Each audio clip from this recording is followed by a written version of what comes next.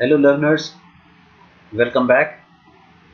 In today's session we are going to learn about loops. So before we jump into the practical scenario, let's understand what loops are in programming language.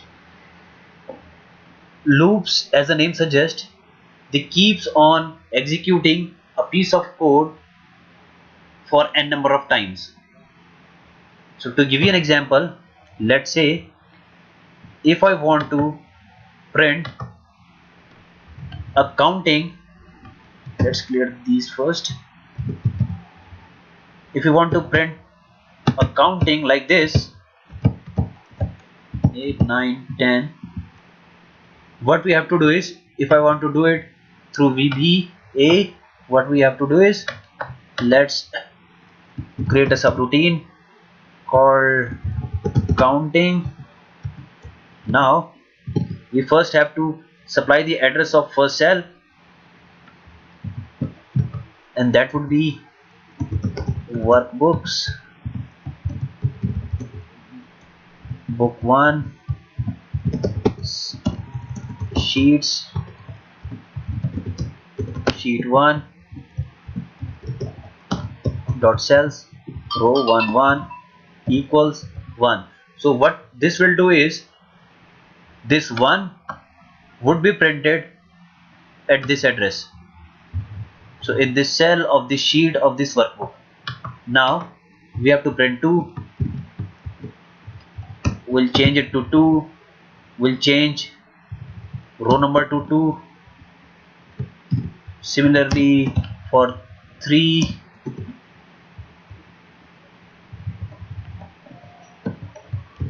for 4,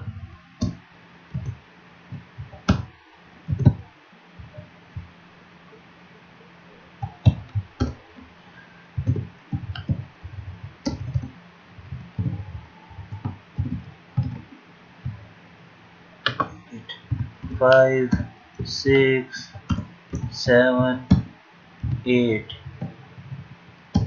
5, 6, 7, 8,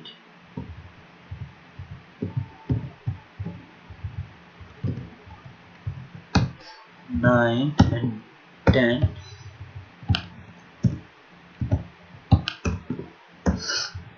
Okay, so let's go back to the spreadsheet view, clear this.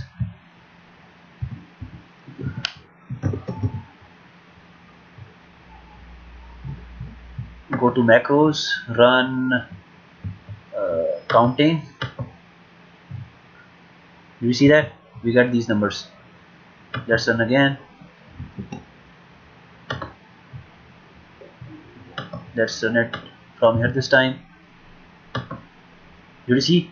So just to print these 10 numbers, we have to write this much bigger code. Although this is very easy, not a very tricky one, but it is very lengthy and it is very tedious. So consider a situation wherein you have to do it for 1,000 times. So you have to write the same piece of code for 1,000 times. The only thing which is changing is the row number.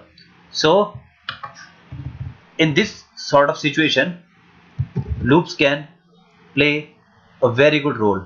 So let me explain you the syntax of for loop. So for I equals 1 to 10 and next. Now next I figure it. Okay, so now what would happen is, this is saying this for loop would execute 10 times. So starting from when the value of I is 1 to the value of I is 10.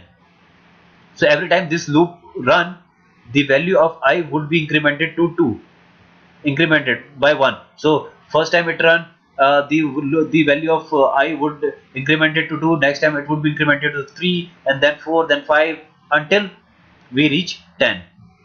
And now we have to just copy this and replace this 1 or this hard coded value with I. And now we don't need these rows. So understand this code.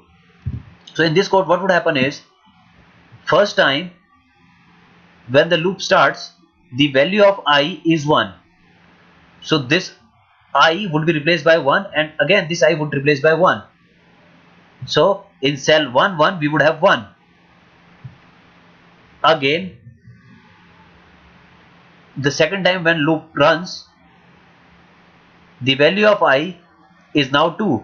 As soon as it encounters next I, it will increase the value of I by 1. So initially it was 1, first time loop ran and I becomes 2, now I is 2, so it would be replaced by 2, so 2 1 would get value 2, now I is 3, and so on and so forth. So let's try this. Clear this first. Now try this and you get the same result, and even you can make it 10,000 times.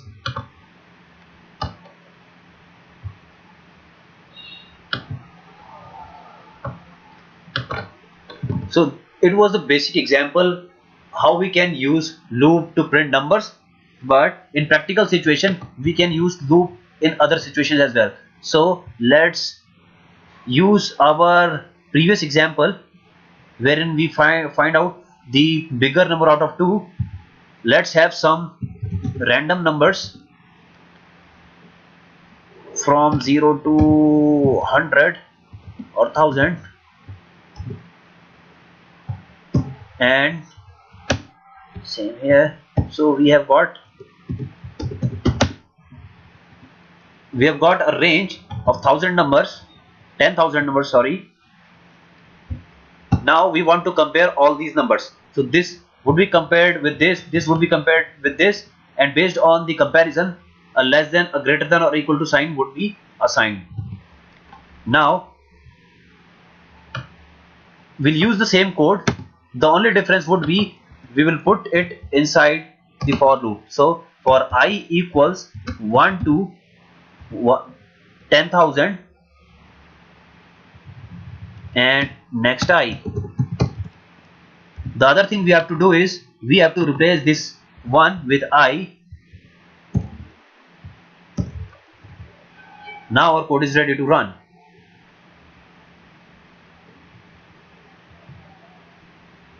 We have to make change here as well. So I we have to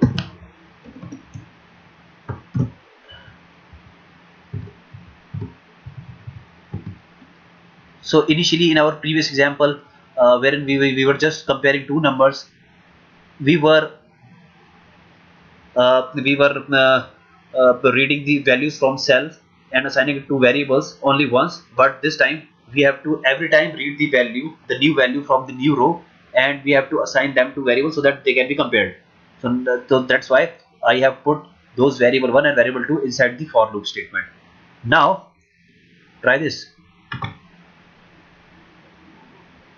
and boom, 10,000 numbers compared in just a fraction of second, and you can ensure there would be no mistake until unless there is a problem in your code. You see that 626 is greater than 140. So this is the one use case of for loop.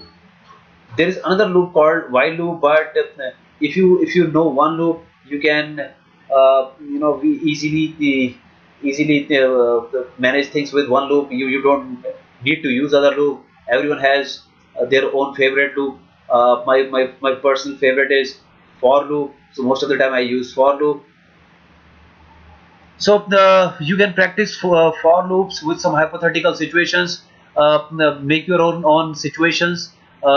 If you don't find any, let me know, comment me, and I'll give you some situations to practice on. So I hope you like the video. See you in the next video. Thanks for watching.